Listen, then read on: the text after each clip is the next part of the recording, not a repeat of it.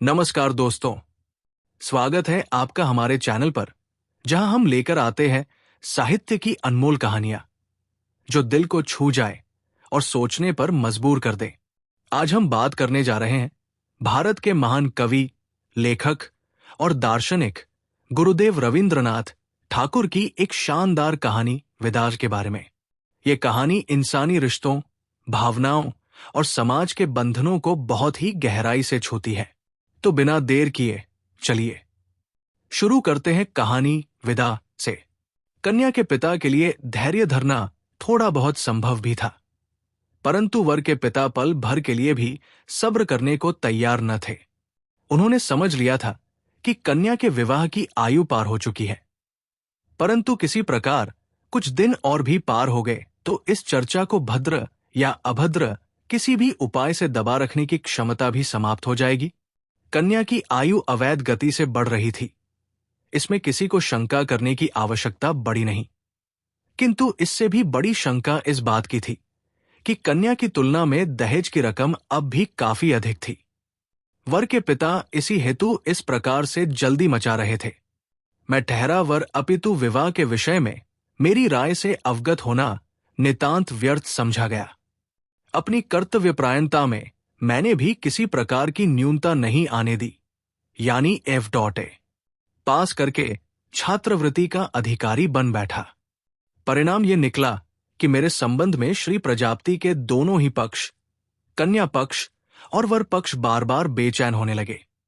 हमारी जन्मभूमि में जो पुरुष एक बार विवाह कर लेता है, उसके मन में दूसरी बार विवाह करके रचनात्मक कार्यों में कोई जिज्ञासा या उद्वेग नहीं होता। एक बार नरमांस का स्वाद लेने पर उसके प्रति बाघ की जो मन की दशा होती है, नारी के विषय में बहुत कुछ वैसी ही हालत एक बार विवाह कर लेने वाले पुरुष के मन की भी होती है।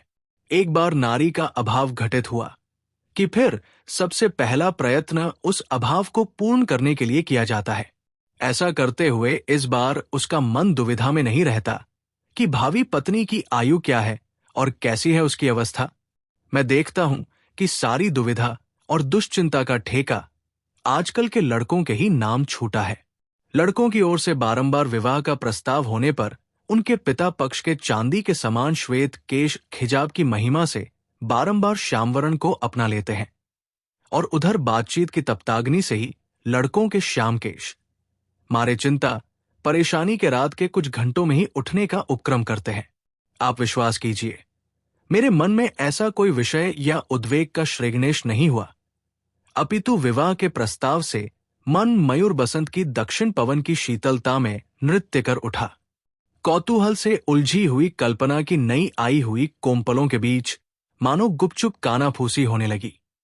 जिस विद्यार्थी को एडमंड वर्ग की फ्रांसीसी क्रांति की घोर टीकाओं के 5-7 पोथे जबानी घोटने हों, उसके मन में इस जाति के भावों का उठना निरर्थक ही समझा जाएगा। यदि टेक्स्ट बुक कमेटी के द्वारा मेरे इस लेख के पास होने की लेशमात्र भी शंका होती तो संभवत ऐसा कहने से पूर्व ही सचेत हो जाता, परंतु मैं ये क्या ले बैठा। क्या ये भी ऐसी कोई घटना है जिसे लेकर उपन्यास लिखने की योजना बना रहा हूं? मेरी योजना इतनी शीघ्र आरंभ हो जाएगी, इसकी मैंने कल्पना भी नहीं की थी। प्रबल आकांक्षा थी कि वेदना के जो कजरारे मेघ गत कई वर्षों से मन में छा रहे हैं, उन्हें किसी बैशाखी संध्या की तूफानी वर्षा के वेग द्वारा बिल्कुल ही निष्प्राण कर दूंगा। पर न तो बच्चों की पाठ्य पुस्तक ही लिखी गई, क्योंकि संस्कृत का व्याकरण मेरे मस्तिष्क से अछूता रह गया था, और न काव्य ही रचा जा सका, क्योंकि मातृभाषा मेरे जीवन युग में ऐसी फली फूली नहीं थी जिसके द्वारा मैं अपने हृदय के राज को बाहर प्रकट कर पाता। देख रहा हूं कि मेरे अंतर का सन्यासी आज अपने अट्टहास से अपना ही परिहास करने के लिए बैठा है। इसके अतिरिक्त वह करे भी तो क्या?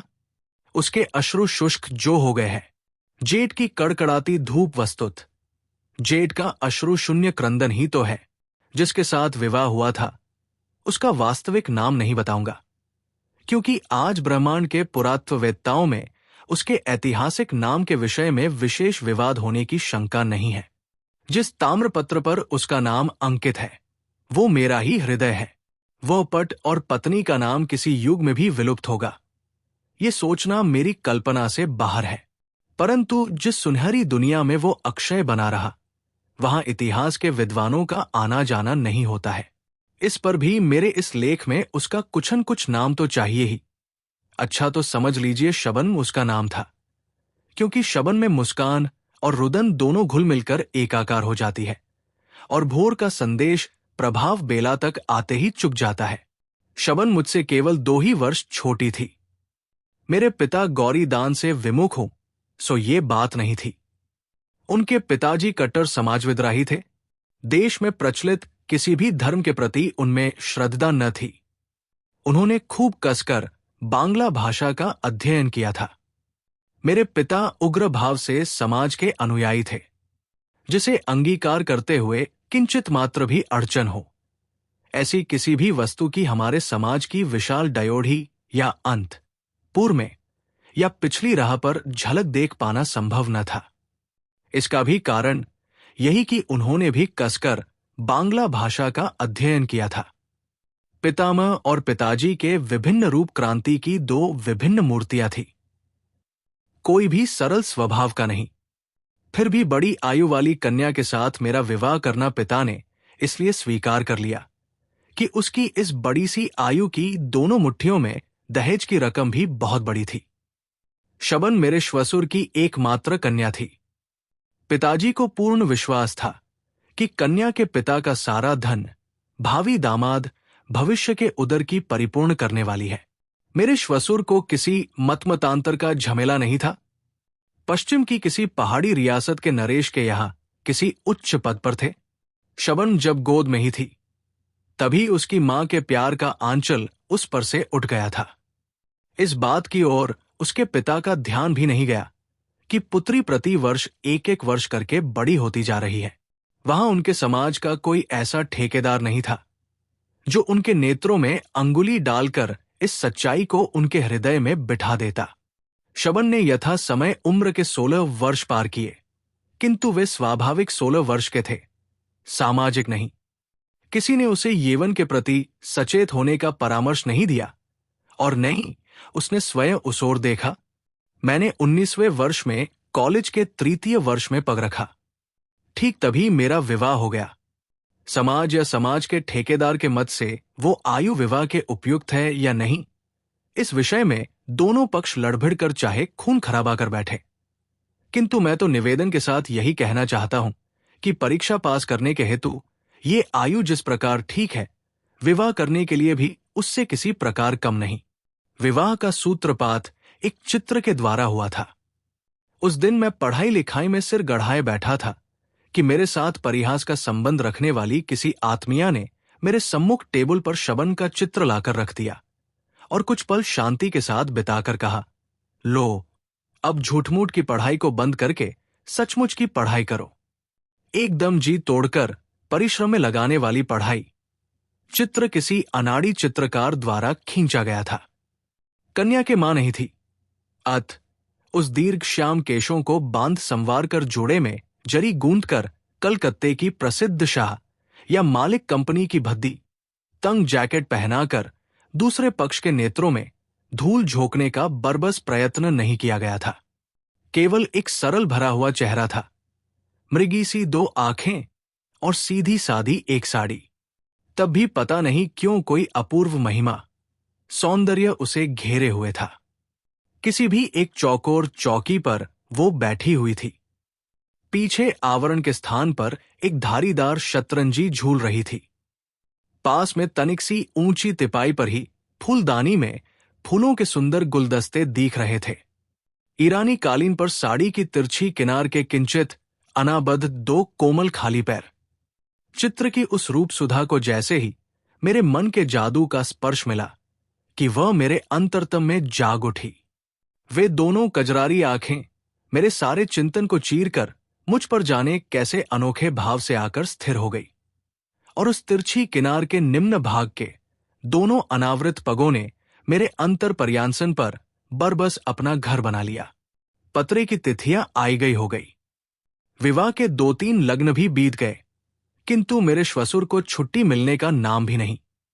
इधर कुछ मास से मेरे देखते देखते एक अकाल मेरी इतनी बड़ी अविवाहित उम्र को फिजूल ही 19वें वर्ष की ओर धकेलने का प्रयास कर रहा था।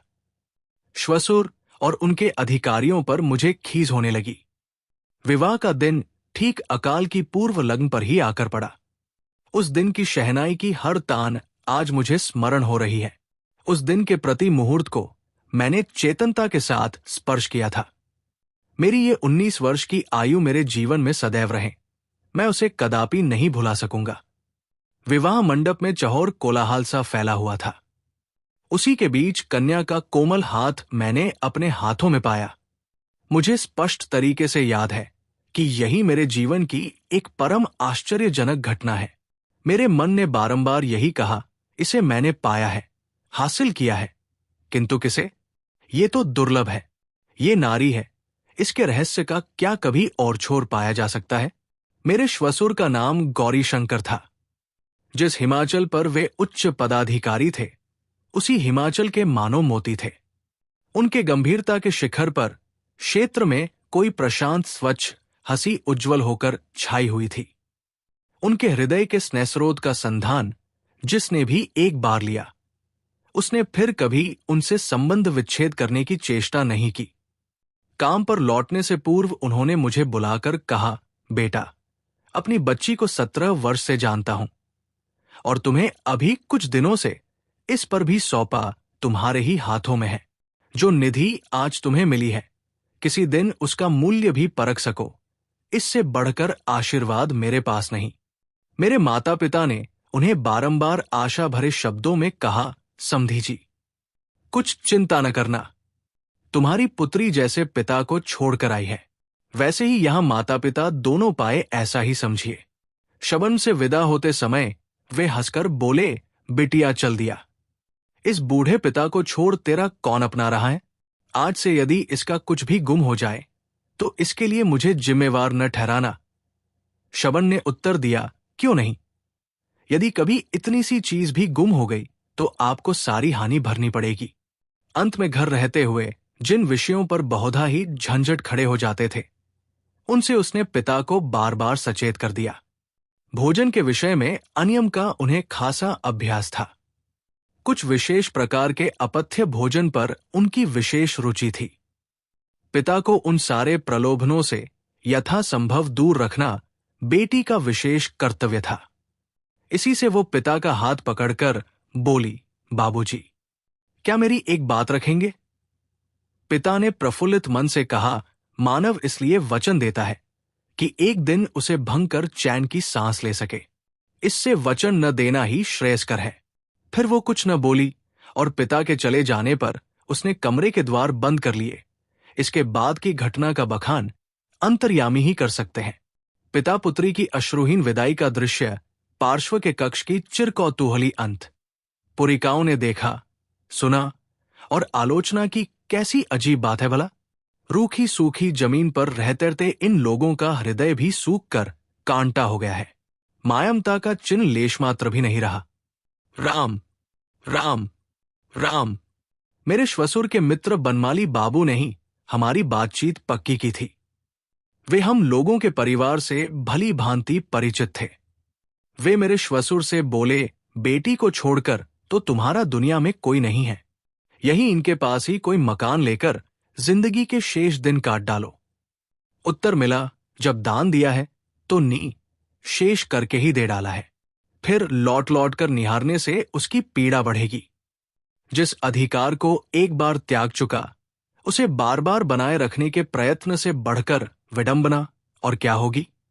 अंत में मुझे एकांत में ले जाकर किसी अपराधी की तरह सकुचाते हुए बोले, बिटिया को पुस्तकें पढ़ने का बड़ा चाव है और लोगों को खिलाना पिलाना उसे बहुत अच्छा लगता है। यदि बीच बीच में तुम्हें रुपए पैसे भेज दिया करूं, इससे वे नाराज तो नहीं होंगे?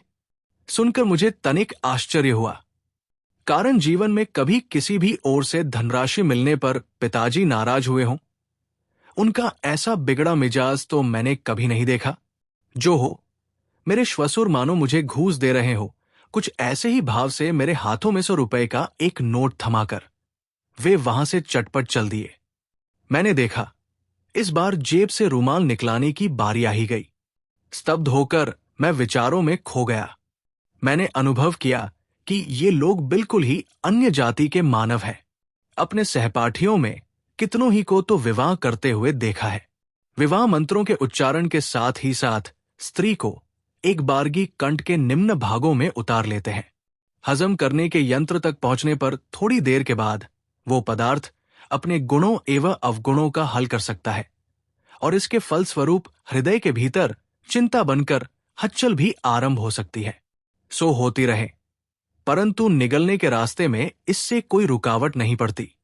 किंतु मैंने विवाह मंडप में ही समझ लिया था कि पाणी ग्रहण के मंत्र द्वारा जिसे प्राप्त किया जाता है उससे घर गृहस्थी तो भली भांति चल जाती है, परंतु उसके हृदय को पूर्ण रूपेण पाना 15 आना बाकी रह जाता है। मुझे संदेह है कि विश्व के अधिकांश पुरुष पत्नी को ठीक ठाक पाते हैं या उनको समझते हैं।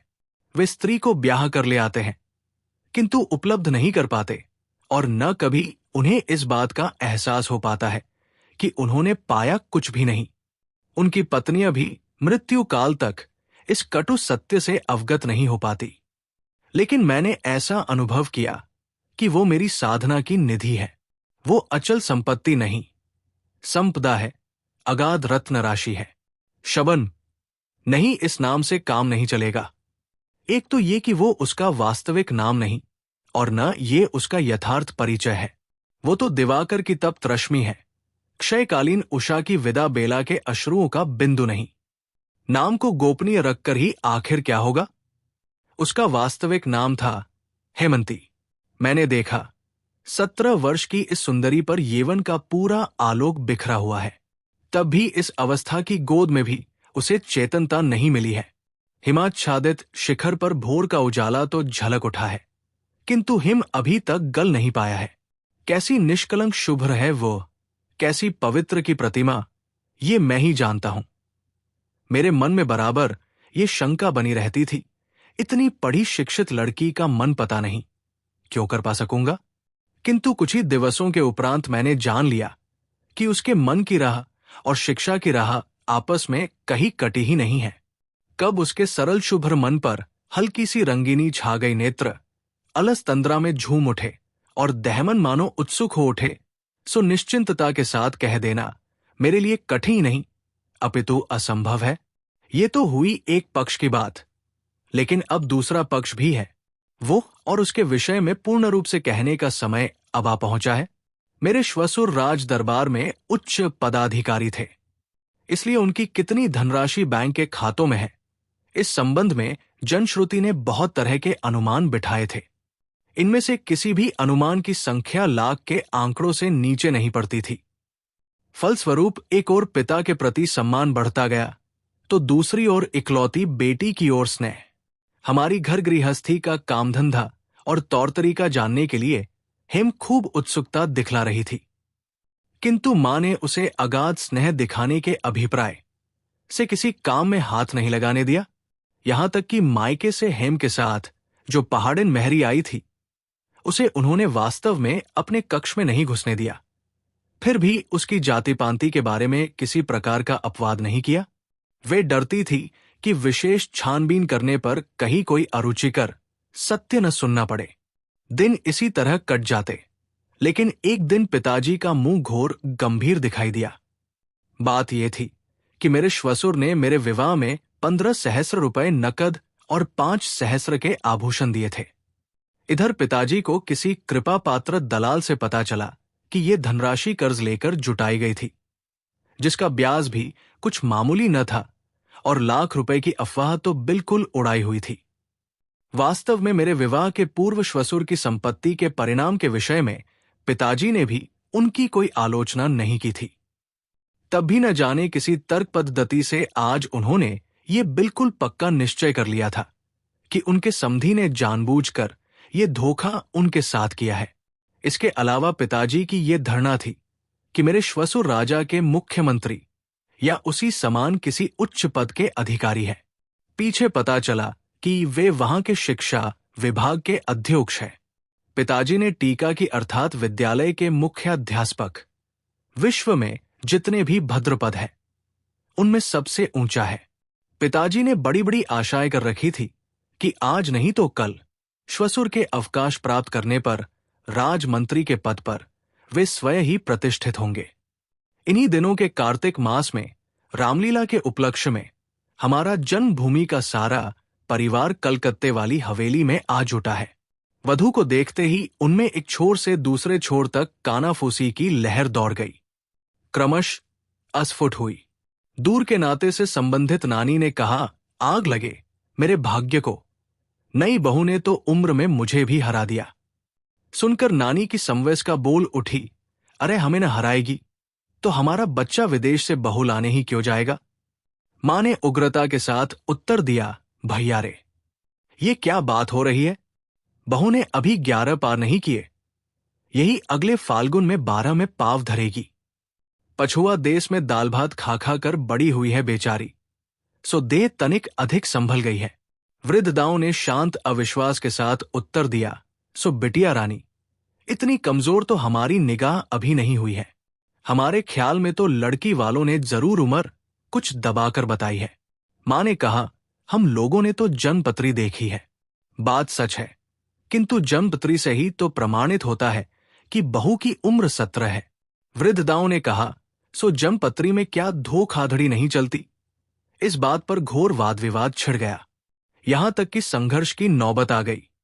उसी क्षण वहां हेम आ पहुंची। उन दोनों वृद्धदाओं में से एक ने उसी से पूछा, बहू रानी, तुम्हारी उम्र क्या है, बताओ तो भला। मां ने आंखों से संकेत किया, परंतु हेम उनका मतलब नहीं समझी। बोली, 17। मां तिलमिला उठी। उसने उसी अवस्था में कहा, तुम्हें मालूम नहीं है। हेम विरोध का प्रदर्शन करती हुई बोली, मुझे ठीक मालूम है, मेरी उम्र 17 है। वृद्धदाओं ने गुपचुप एक दूसरे के हाथ दबाए। बहू की मूर्खता पर खींचकर मां बोली, तुम्हें तो सब मालूम है, लेकिन तुम्हारे बाबूजी ने हमसे खुद कहा है कि तुम्हारी उम्र 11 है। सुनकर हेम चौंक उठी, बोली, बाबूजी ने कभी नहीं। मां ने कहा, तुमने तो चकित कर दिया है। समधी जी स्वयं मेरे सामने कह गए थे और बिटिया कहती है कभी नहीं। ये कहकर मां ने आंख से फिर संकेत किया। अब की बार हेम संकेत समझ गई, लेकिन उसने कंठ को और भी मजबूत करके कहा, बाबूजी, ऐसी बात कभी नहीं कह सकते। मां ने स्वर को धीमा करके कहा, तू क्या मुझे झूठा ठहराना चाहती है। हेम ने फिर वही दोहराया, बाबूजी कभी झूठ नहीं बोलते। इसके बाद मां जितना भी अपवाद फैलाने लगी, उतनी ही कालिमा फैलकर सबको एकाकार लीपने पोतने लगी। इतना ही नहीं, मां ने नाराज होकर पिताजी के सम्मुख अपनी बहू की मूढ़ता और जिद्दीपन की शिकायत रखी। पिताजी ने उसी क्षण हेम को बुलाकर धमकाते हुए कहा, इतनी बड़ी अविवाहित कन्या की अवस्था 17 वर्ष की थी। वो कन्या के लिए कोई बड़पन की बात है जो उसका ढिंढोरा पीटती फिरोगी। हमारे घर में ये सब नहीं चलेगा, कहे देता हूं। हाय रे भाग्य, बहू रानी के प्रति पिताजी का ये मधु मिश्रित पंचम स्वर इस प्रकार उस्ताद बाजखां के घोर षड्ज तक कैसे उतर आया। हेम ने व्यथित होकर पूछा, यदि कोई उम्र जानना चाहे तो क्या उत्तर दूं। पिताजी बोले, झूठ बोलने की आवश्यकता नहीं, कह दिया करो, मुझे नहीं पता, मेरी सास मां जानती है। इसके बाद झूठ किस तरह बताया जाता है, इसका सारा उपदेश सुनने के बाद हेम कुछ इस तरह चुप हो गई कि पिताजी को यह समझना बाकी न रहा कि उसका सारा सदुपदेश बिल्कुल चिकने घड़े पर पानी की तरह पड़ा। हेम की दुर्गति पर क्या प्रकट करूं, उसके समक्ष तो मेरा मस्तक ही नत हो गया। मैंने देखा शारदिया प्रभात के आकाश की तरह उसके नेत्रों की वो सरल उदार दृष्टि मानो किसी संशय की छाया से म्लान हो उठी। भीत मृगी की तरह मानो उसने मेरे मुख की ओर देखा और सोचा, मैं कदाचित इन्हें नहीं पहचानता। उस दिन मैं एक सुंदर जिल्द वाली अंग्रेजी कविताओं की एक पुस्तक क्रय करके उसके लिए ले आया था। उसने पुस्तक को अपने सुंदर हाथों से थामा, फिर धीमे से गोद में रखकर एक बार भी खोलकर नहीं देखा। मैंने उसके दाएं हाथ को अपने हाथों में लेकर कहा है, मुझ पर नाराज न होना, मैं तो तुम्हारे सत्य के बंधन में बंधा हुआ हूं। सुनकर वो कुछ न बोली, केवल तनिक मुस्करा दी। सृष्टिकर्ता ने वैसी ही मुस्कान जिसे दी है उसे और भी कुछ कहने की आवश्यकता ही कहाँ। इधर पिताजी की आर्थिक तरक्की के कुछ दिनों बाद से सृष्टिकर्ता के उस अनुग्रह को चिरस्थायी कर रखने के स्वार्थ से हमारे यहाँ नए उत्साह से पूजा पाठ चल रहा था। आज तक कभी भी पूजा अर्चना में बहू की कभी भी बुलाहट नहीं हुई। अचानक नई वधू को पूजा का थाल सजाने का आदेश मिला। वो बोली, मां, मुझे समझा दो, कैसे क्या करना होगा। प्रश्न कुछ ऐसा न था जिसे सुनकर किसी के सिर पर आसमान टूट पड़ता। ये तो सब लोग भली प्रकार जानते थे कि मातृहीना हेम प्रवास में ही इतनी बड़ी हुई है। तब भी इस उद्देश्य का आशय तो केवल हेम को लज्जित करना ही था। सो सभी ने अपने गाल पर हथेली रखकर कहा, हाय मैया, ये भला कैसी बात है। आखिर किस नास्तिक के घर की बेटी है। बहू घर की लक्ष्मी अब इस गृहस्थी से विदा होने ही वाली है। देरी मत समझना। और इसी प्रसंग में हेम के पिता को लक्ष्य करके न जाने कितनी अकथनीय बातें की गई।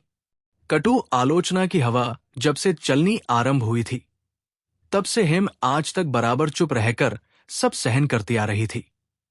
कभी पल भर के लिए भी उसने किसी के सामने अश्रु न बहाए, परंतु आज तो उसकी बड़ी बड़ी आंखों को प्लावित करती हुई अश्रुओं की झड़ी लग गई।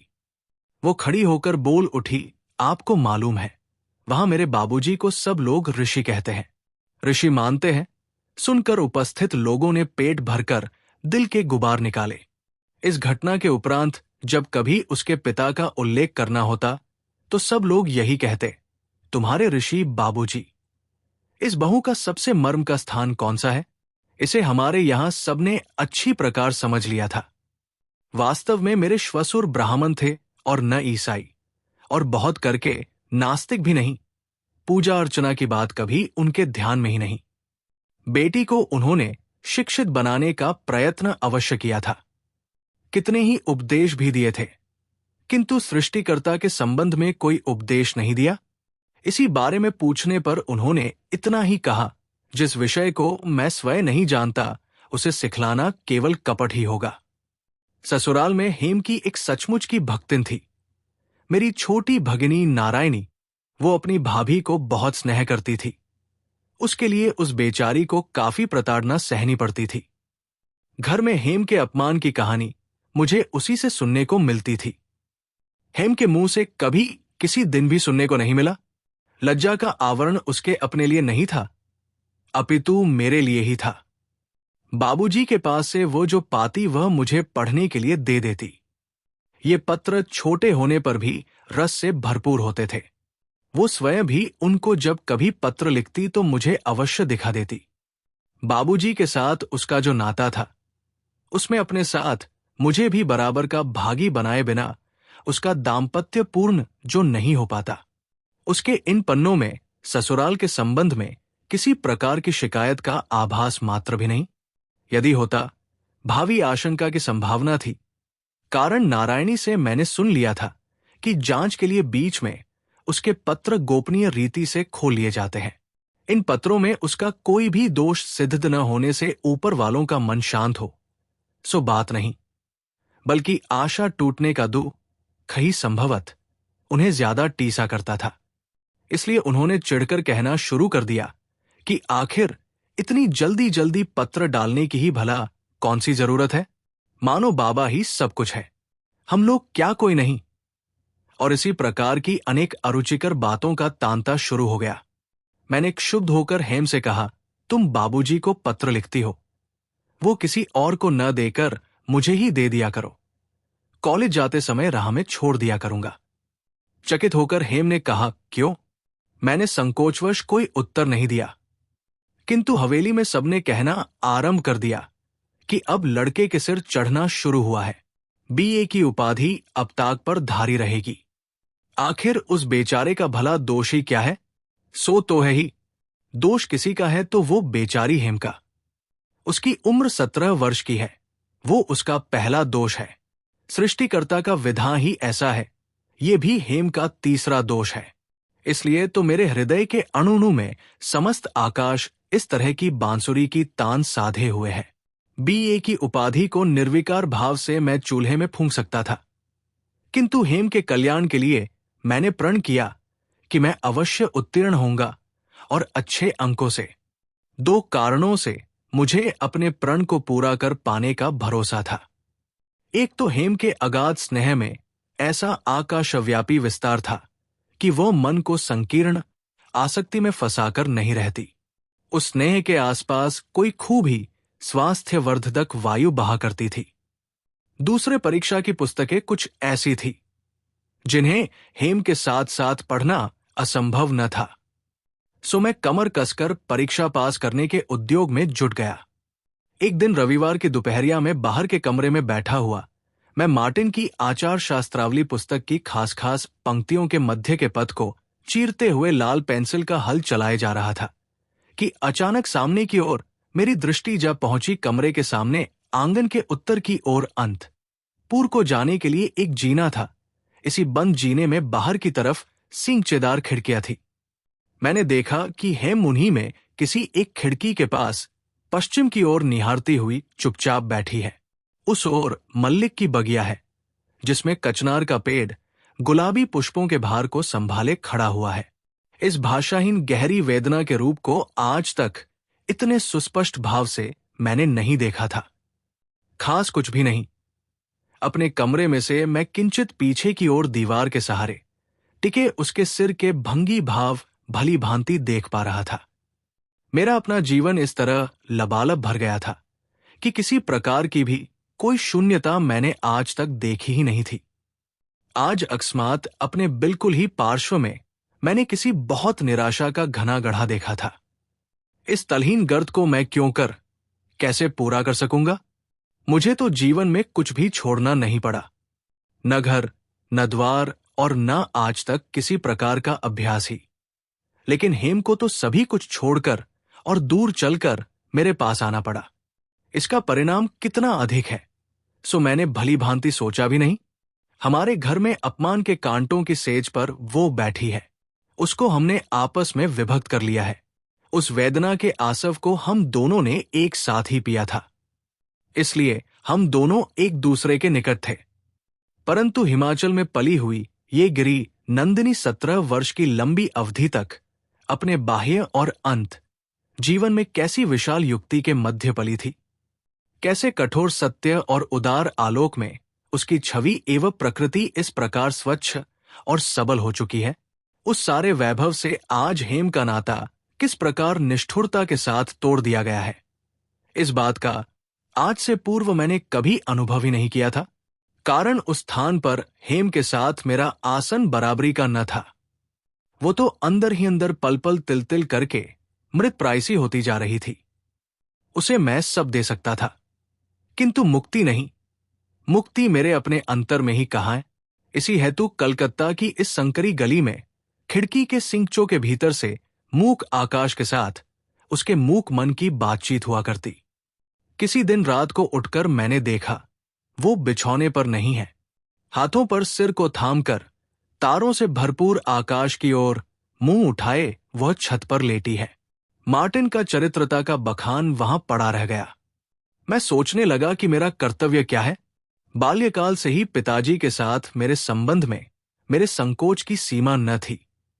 समक्ष होकर कभी उनसे किसी वस्तु के लिए प्रार्थना करने की न तो मेरी आदत ही थी और न साहस ही।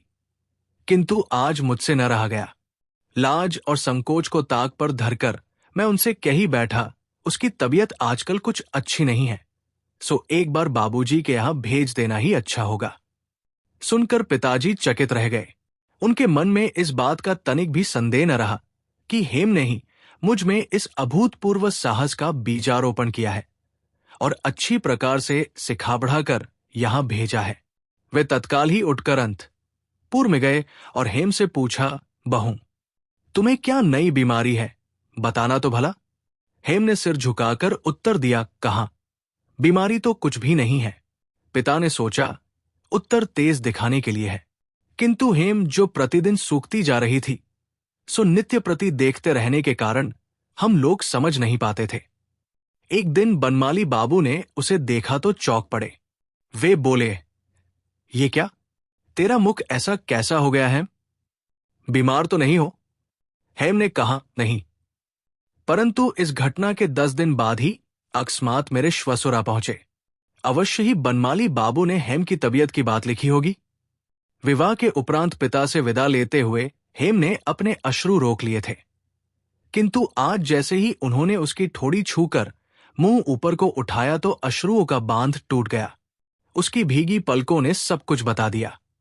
वो बाबूजी को मुख से आधी बात भी न कह सकी। वे इतना भी न पूछ पाए कि तू कैसी है। बेटी की क्षीण गति, म्लान मुख और पलकों को देखते ही उनकी छाती टुक टुक हो गई। हेम बाबूजी का हाथ पकड़कर उन्हें शयन कक्ष में ले गई। कितनी बातें तो पूछने की है। बाबूजी की तबीयत भी तो ठीक नहीं दिखाई देती। हेम बाबूजी के साथ मायके जाने के लिए उद्यत हो गई।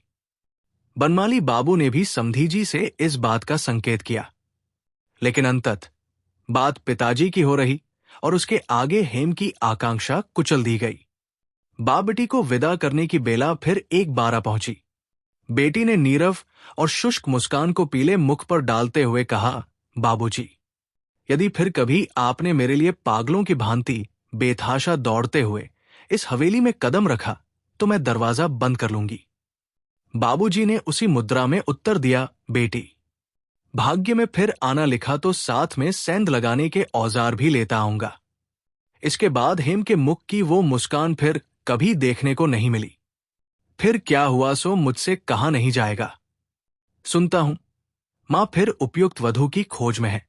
संभव है किसी दिन मां के अनुरोध की अवहेलना मुझसे न हो सके। यही मुमकिन है, क्योंकि खैर छोड़िए इन भेद भरी बातों की।